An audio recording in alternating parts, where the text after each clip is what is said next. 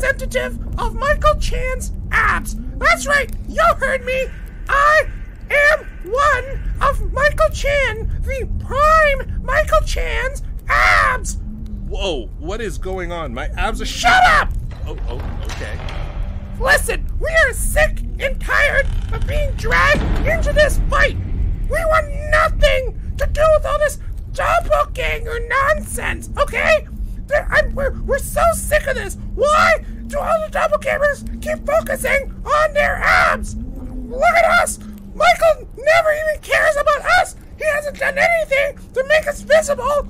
He's always just eating, and now we're covered in a layer of freaking fat. Hey, man.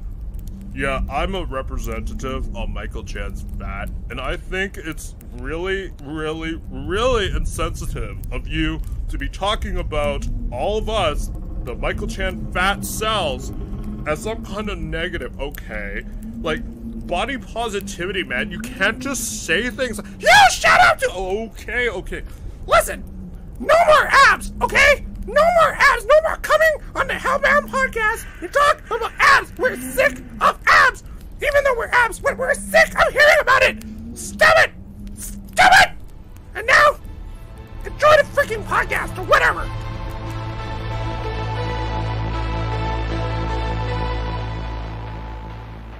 Welcome to the Hellbound Podcast.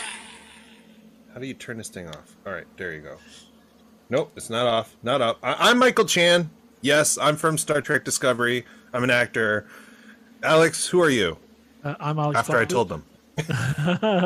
I'm Alex Blackburn, the founder of the Hellbound Podcast, and the founder of the Hellbound Podcast with Michael Chan, and the founder of the Hellbound Horror Festival, which is coming straight back at you at the 1st of August.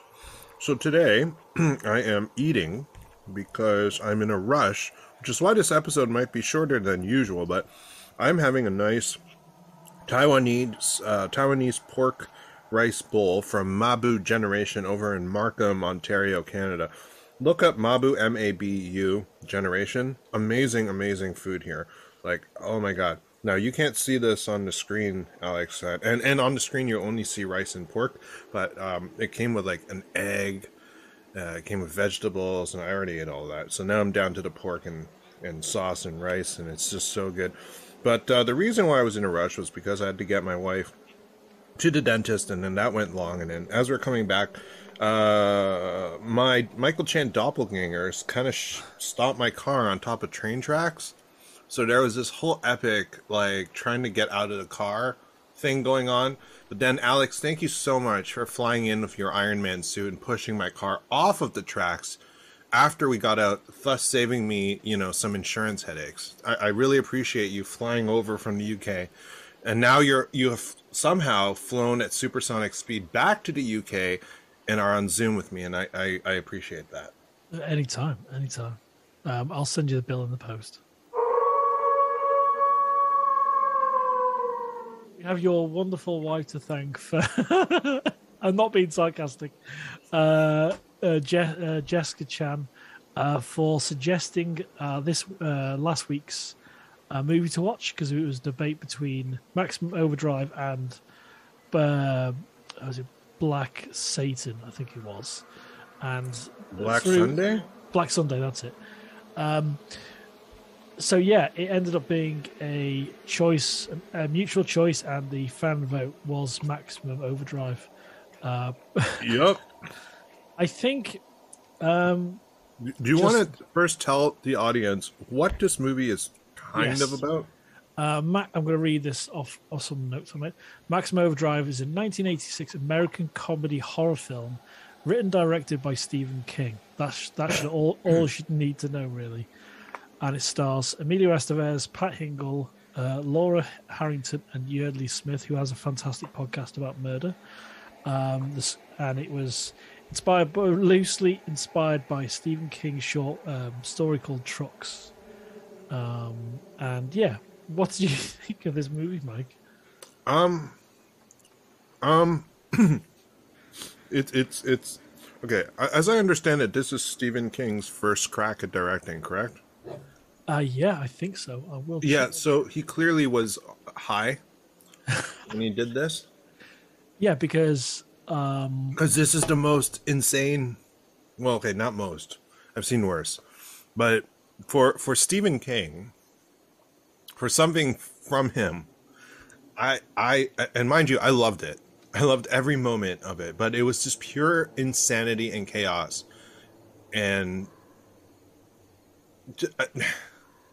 it's hard to talk about it other than to say, like, it's just my brain melted, but in a good way, through the entire process. And I wish kind of I was on, like, I don't know, mushrooms or something when I was watching this, because that would have made the experience. Don't take drugs, kids. Don't take drugs. Drugs are bad. Never mind. Ignore what I said.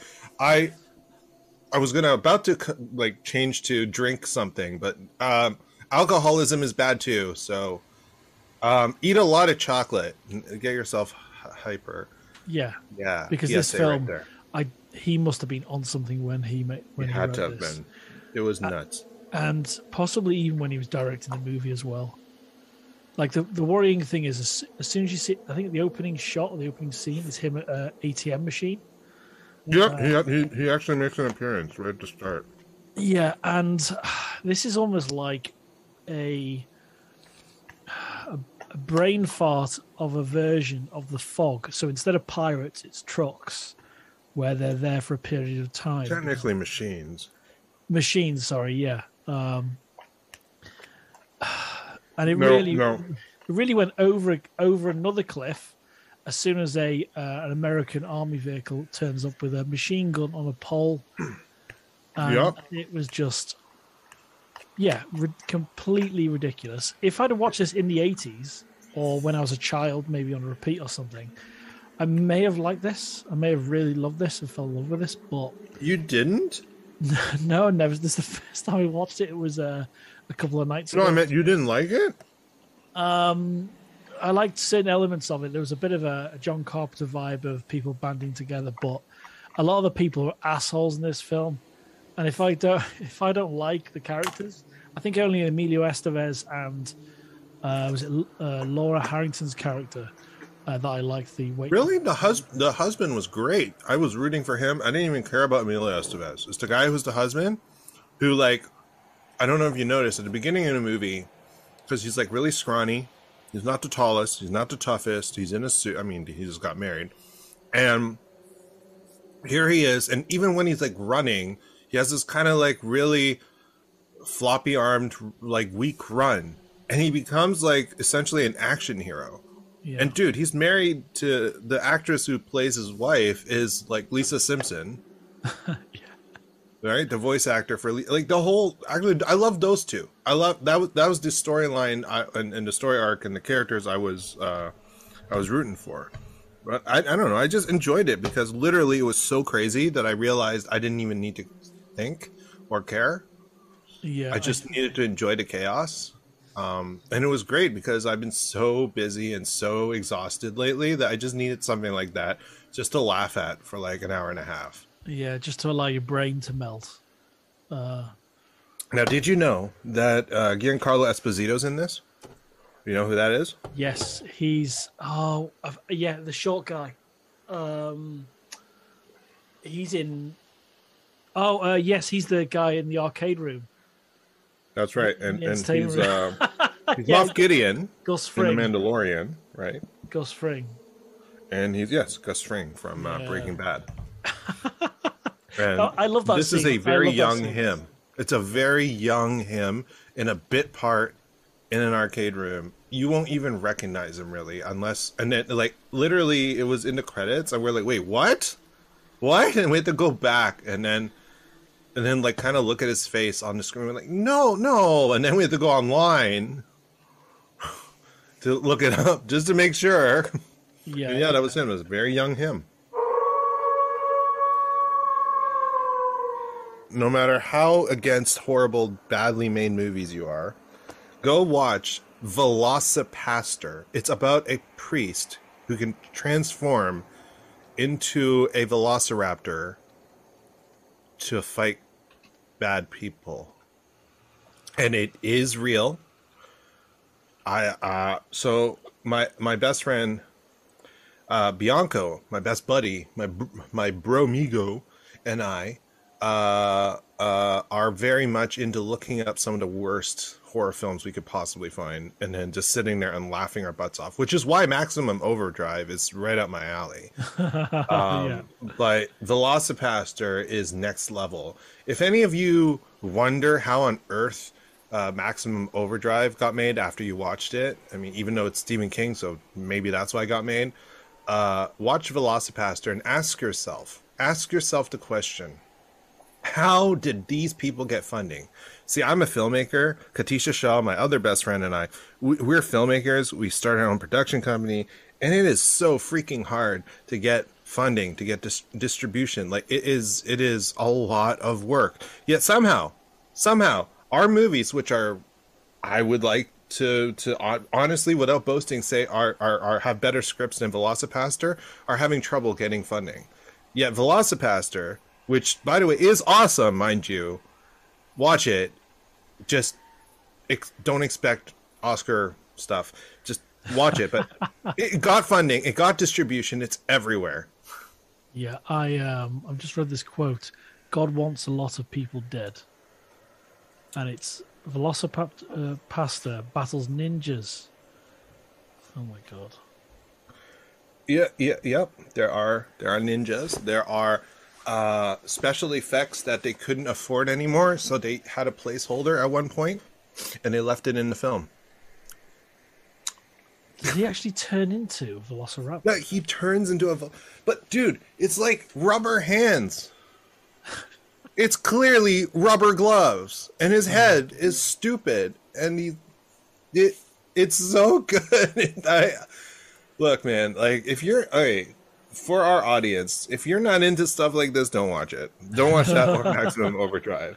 You have to have a specific type of sense of humor, and I have that. That's like my kind of thing. Like, so bad it's good kind of movies, not just horror. Like, anything that's so bad it's good, I will love, just because it just makes me laugh. It just fills me with joy. And you can tell that usually people are having so much fun. Like, think of Psycho Goreman. Now, Psycho Goreman, mind you, is so much better than these two movies. But still, it's ludicrous. It's a ludicrous film, right? And I mean, I would recommend Psycho Goreman any day. Between the three, I would recommend Psycho Goreman over Velocipaster and Maximum Overdrive. Yeah. But seriously, like, just terrible, horrible movies that are just too hilarious not to pass up. And just think of it this way. It's more of like a social experience, right? When it's so bad it's bad, that's no good. But when it's so bad it's good, you're talking about it forever. You may not watch it ever again, but you'll be talking about it with people forever. You'll be laughing about it with your friends that you watched it with. That's true. That's what makes it good. And that's why Maximum Overdrive is epic. Because I know I'll never stop talking about it with my wife. Yeah. And I do like the gratuitous deaths in it, and the set pieces and their actual production. I thought it was really, there are elements of entertainment in it. I do love terrible movies like Plan 9 from Outer Space. Oh my goodness, yeah. But it's there were I'd say large parts of it I really liked, and then there were some things that I really didn't. But yeah, I would recommend it because of the very reason that you like it. That's why I'd recommend Seriously? it. Oh my goodness. We're getting a double recommendation on a movie that you didn't actually like that much. My wife wouldn't agree with me because she was watching it. I really hated it. Did Vicky enjoy it? No, Vicky. Well, she was doing some work-related stuff at the time, and she kept looking up. Okay. And it's not like you need to pay full attention to this movie. But No, I've really, got to say, you don't need to. Now you mentioned the Yardley Smith and her husband's character in that. They were a brilliant duo, the two of them. They were fantastic together. I love how there's elements of it where I won't say why, but there's a bunch of weapons become available halfway through the film. Yes. And like most of them, apart from the one that's effective, are completely useless. And yeah, the refilling the petrol or the gas, if you're in the US, that scene in particular stands out for me of how ridiculous this film is. And I do like how Emilio Estevez is, it's almost like the serious part in this. Yeah, he acted pretty seriously. The only thing I will say about it that like is so nonsensical, it's just really like a glaring problem for me in this film, is that so again the idea is that all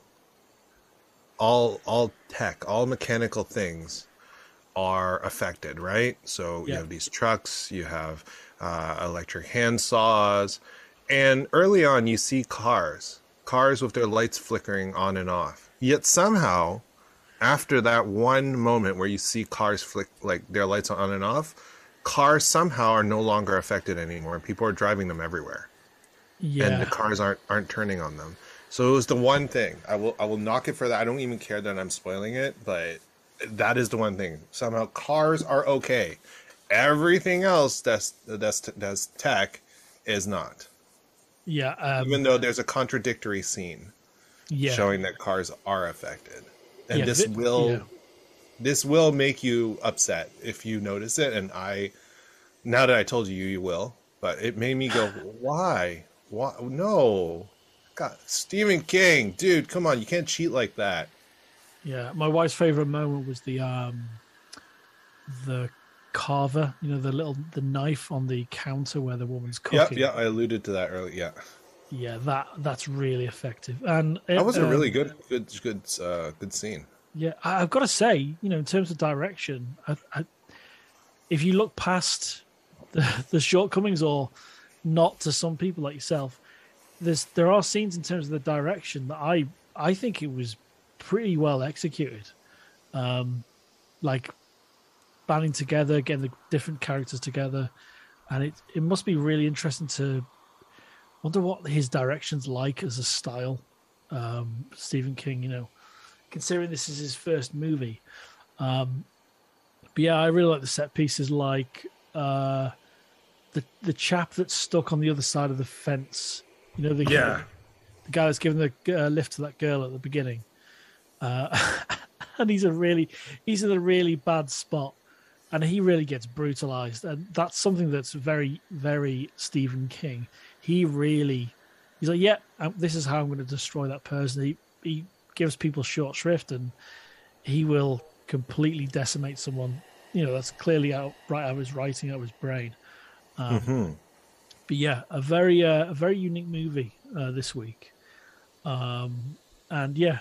I would recommend it, even though I'm not a huge fan of it. I'd still recommend it because it is crazy, absolutely crazy. Yes, so go watch it, and VelociPastor. And VelociPastor. Are you enjoying the latest season of Star Trek Picard? I'm not caught up, but I heard there's time travel. With shows like that, I am doing the stupid thing of waiting until it's all complete as a season. I know that's can be a mistake because people put out spoilers far too often and ruin things left, right, and center. But I'm waiting for that because we're going to have a weekend of watching all of that. I am really looking forward to it because of Q's back. Is it John Lacey? Yeah. Huge fan of his. I think he's brilliant. And I just want to see what the conversation's like about him making himself look old, or there's a reasoning for that. He's just probably making Picard more comfortable. But I am looking forward to that a lot. Wait, did you watch Discovery Season 4 week by week? No, I've not seen any of it yet. Okay. Well, it is available to binge in full on Paramount Plus. Yes, I'm advertising CBS. Pay me. I'm kidding. Don't pay me. Just put me in the next season. That would be epic. That would be. I'm really looking forward to that. I know what you've not completely spoiled what the reasoning for your character or exactly where he pops up, but I'm really looking forward to Mike, and that's going to be awesome when I see you on the big screen. But yeah, I think that was an interesting movie, Maximum Overdrive, and What should we watch next week? What have you got? Anything kind of what you're thinking of? I guess we'll watch Black Sunday. Black Sunday, and that is available on Shudder. That I think. Hey, this man. Yeah, come on as a sponsor. That'd be great. But yeah, Black Sunday is available on Shudder, and it's a brilliant movie. I'm not going to say anything else about it. It is absolutely fantastic. But I'd recommend that. But I haven't seen it for a long while, so I think there's possibly a dubbed version. And don't worry about watching that. The dubbing is very, very good. I think I mentioned that before, but the dubbing is very, very good on it. Because I think it's an Italian movie, but it's absolutely brilliant. Well, I hope everyone that went to Star Trek Mission Chicago had a very good time. Just want to say that I really enjoyed seeing all of your videos and photos that you posted on TikTok and Instagram. I'm really thankful that that Star Trek has amazing fans like all of you. Makes someone like myself, who now am part of the universe, who doesn't, because I'm in Canada and I'm not traveling, so I don't get to go to these types of things. Makes me really happy just to see the amount of love there is out there for Trek. So thank you guys. You really made my weekend. I spent a lot of free time in between, taking care of my kids and doing auditions, just scrolling through your stuff. So hopefully one of these days I'll be able to see all of you at a Star Trek mission. Probably put you in touch with or speak to my the previous judges, NerdOD from the. They were judges in the first year of the Isolation Film Festival. They would, I think, love to have you on their podcast, Michael. So, cool! Yeah, I'll speak to for them. Sure. Because they act as compares, and they do some of the talks at Wales Comic Con, and they were there last week. So shout out to NerdOD. So they do a lot of the panel stuff over there, and they were our judges for our first festival. That how Michael and I first met each other for the Isolation Film Festival. So I highly recommend that as another show. I don't know why I'm recommending another podcast, but yeah, NerdOD, they're great guys. Well, we got to support the community.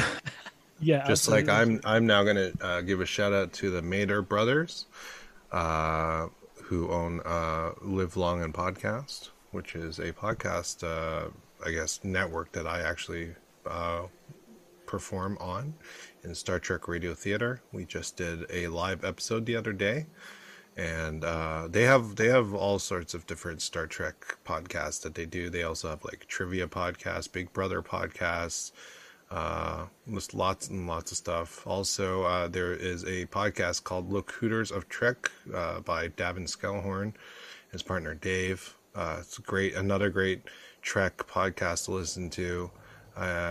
What's that one about? Is it just Borg episodes? No. It's just they talk about Trek in general. Right. Okay. I know. They stuck their logo's cool. They stuck a microphone on top of Deep Space Nine, like the space station, like in the center. Oh, that's awesome. It's really cool. Also, since all of my recommendations so far have not been horror related, I don't know if any of you have heard of Welcome to Night Vale. It's actually my favorite podcast, horror podcast, or any podcast really. It's my absolute favorite.